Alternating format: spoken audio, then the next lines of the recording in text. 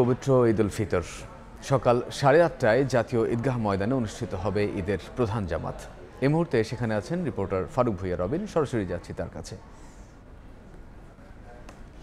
পবিত্র ঈদ উল ফিতরের প্রধান জামাত রাজধানীর জাতীয় ঈদগাহ ময়দানে অনুষ্ঠিত হতে যাচ্ছে আগামীকাল সকাল 8:30টায়। কিন্তু সেই ঈদ জামাতকে সামনে রেখে কিন্তু এরই মধ্যে যে সব ধরনের যে প্রস্তুতি সেটি কিন্তু যে সম্পন্ন হয়েছে। তো আনুষঙ্গিক যে কিছু কাজকর্মগুলো রয়েছে সেটি এই মুহূর্তে চলছে। একটি বিষয় যদি আমাদের দর্শকদেরকে দেখাতে চাই, একেবারে যে ত্রিপলের উপরে যে সাদা কাপড়, যেটির মানে সবচেয়ে যে কাপড়টি বসানোর কথা ছিল সেটি কিন্তু এরই মধ্যে বসানো হয়ে গেছে।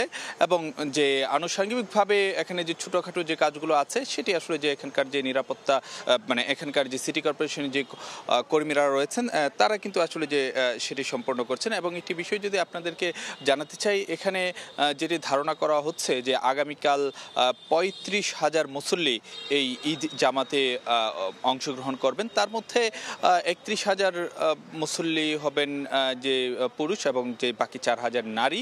এই ধরনের একটি সম্ভাব্য সংখ্যাকে সামনে রেখেই কিন্তু যে যাবতীয় প্রস্তুতি সম্পন্ন করেছে যে জাতীয় ঈদগাহ ময়দান ব্যবস্থাপনার দায়িত্বে থাকা ঢাকা দক্ষিণ সিটি কর্পোরেশন। এবং এরই মধ্যে কিন্তু আমরা যেটি দেখছিলাম যে বেলা 12টার দিকে ঢাকা দক্ষিণ সিটি কর্পোরেশনের প্রধান নির্বাহী কর্মকর্তা তিনি এসেও কিন্তু যে ঈদগাহ ময়দানের যে সার্বিক যে প্রস্তুতি সেটি কিন্তু যে তিনি এসে দেখে গিয়েছিলেন। এবং সেখানে এরপরে তিনি যে কথাটি জানিয়েছিলেন যে আবহাওয়া অধিদপ্তর থেকে তারা যে তথ্য পাচ্ছেন সেই অনুযায়ী আগামীকাল বৃষ্টি হওয়ার তেমন সম্ভাবনা নেই, কিন্তু তারপরও যদি বৃষ্টি হয়ে থাকে সে অনুযায়ী যে ধরনের প্রস্তুতিগুলো নেওয়া দরকার সেগুলো সম্পন্ন করা হয়েছে। এবং যে ভারী পানিরোধক যে সামিয়ানা সেটি টানানো হয়েছে, তার ফলে আসলে যে বড় ধরনের বৃষ্টিপাত হলেও এখানে যে মানে ঈদের জামাতে যে ব্যাঘাত হওয়ার মানে সেই শঙ্কা নেই। অর্থাৎ যে বড় ধরনের যদি বৃষ্টিপাত হয় তাহলেও যে স্বাভাবিকভাবে যে ঈদ জামাত অনুষ্ঠিত হওয়ার মতো যে প্রস্তুতি সেটি কিন্তু যে মানে নেওয়া হয়েছে। এবং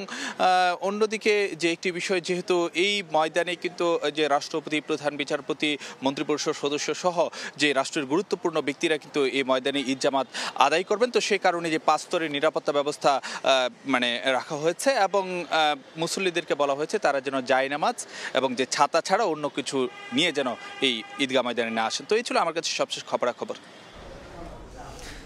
জানছিলাম জাতীয় ঈদগাহ ময়দানের সবশেষ প্রস্তুতির খবর।